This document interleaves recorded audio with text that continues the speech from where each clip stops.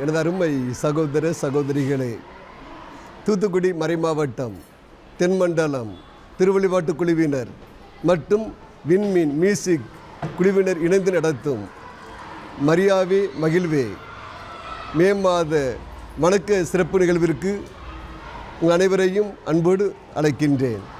இதோ ஆண்டவருடைய அடிமை, இது வார்த்தையின்படியே எனக்கு ஆகட்டும். இந்த நாளிலே அன்னை மரியாளின் அர்ப்பணிப்பு என்பதை பற்றி ஒரு சில வார்த்தைகள் உங்களோடு பகிர்ந்து கொள்வதிலே பெருமகிழ்ச்சி அடைகின்றேன். அருள் நிறைந்தவளே வாழ்க. இந்த வார்த்தைக்கு பார்க்கிற பொழுது, வா என்று கடவுள் அன்னை மரியாளை தேவதூதன் வழியாக அழைத்தார். அன்னை மரியாள் வந்தால், இயேசு கிறிஸ்துவை தன் உதரத்தில் தாங்கி வாழ்ந்தால். எனவேதான் நம் அனைவராலும் அருள் நிறைந்த மரிய வாழ்க என்று அன்போடு போற்றப்படுகிறாள். மே மாதம் 1ஆம் தேதி வரை 31ஆம் தேதி வரை சிறப்பாக மாதாவிற்கு நாம் மகிமை செலுத்துகிறோம். மாதாவின் வணக்க நாளை சிறப்பாக கொண்டாடி கொண்டிருக்கிறோம். இந்த நாளிலே அன்னை மரியாள் ஆம் ஆகட்டும் என்று சொல்லி தன்னையே அர்ப்பணம் செய்தாள். எனவே தான் அவருடைய அன்பை அர்ப்பணிக்கின்ற அன்பு என்று குறிப்பிடுகிறோம். இரண்டாவதாக எதிர்பாராத அன்பு. வயது முதிர்ந்து போன எலிசபெத் அம்மாளுக்கு அன்னை மரியாள் ஓடோடி சென்று அங்கே உதவிக்கரம் நீட்டினாள். அவருடைய அன்பை எதிர்பாராத அன்பு என்று குறிப்பிடுகிறோம். தன் ஒரே மகன் இயேசு கிறிஸ்துவையே சிலுவையிலே கையெழுத்து விட்டாள். எனவே தான் அன்னை மரியாளுடைய அன்பை இழக்கின்ற அன்பு என்று குறிப்பிடுகிறோம்.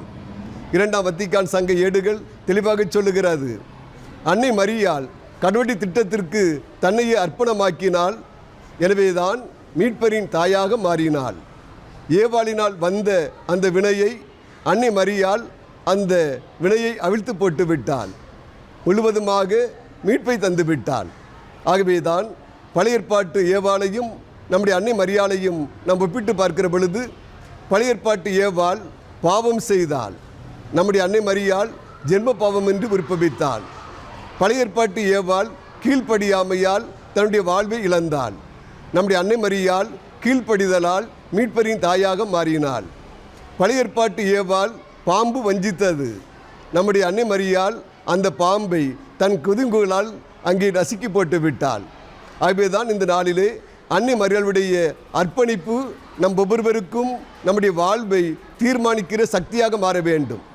ஒவ்வொரு நாளும் அன்னை மரியாளைப் போல நாமும் கடவுளுக்காக நம்மை அர்ப்பணமாக்க வேண்டும்.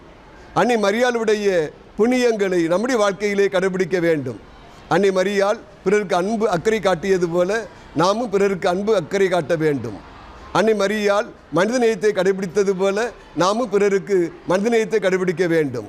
அன்னை மரியாள் எல்லோருக்கும் இரக்கம் காட்டியது போல நாமும் பிறருக்கு இரக்கம் காட்ட வேண்டும். அன்னை மரியாள் பிறப்பு முதல் இறப்பு வரை கடவுளுடைய திட்டத்தை நிறைவேற்றியவள்.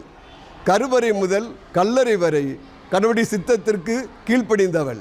எனவே தான் இந்த நாளிலே நாமும் மே மாத வணக்க நாளை சிறப்பாக கொண்டாடி கொண்டிருக்கிற இந்த அருமையான நேரத்திலே அன்னை மரியாளைப் போல நாமும் கடவுளுடைய திட்டத்திற்காக நம்மை அர்ப்பணமாக்குவோம்.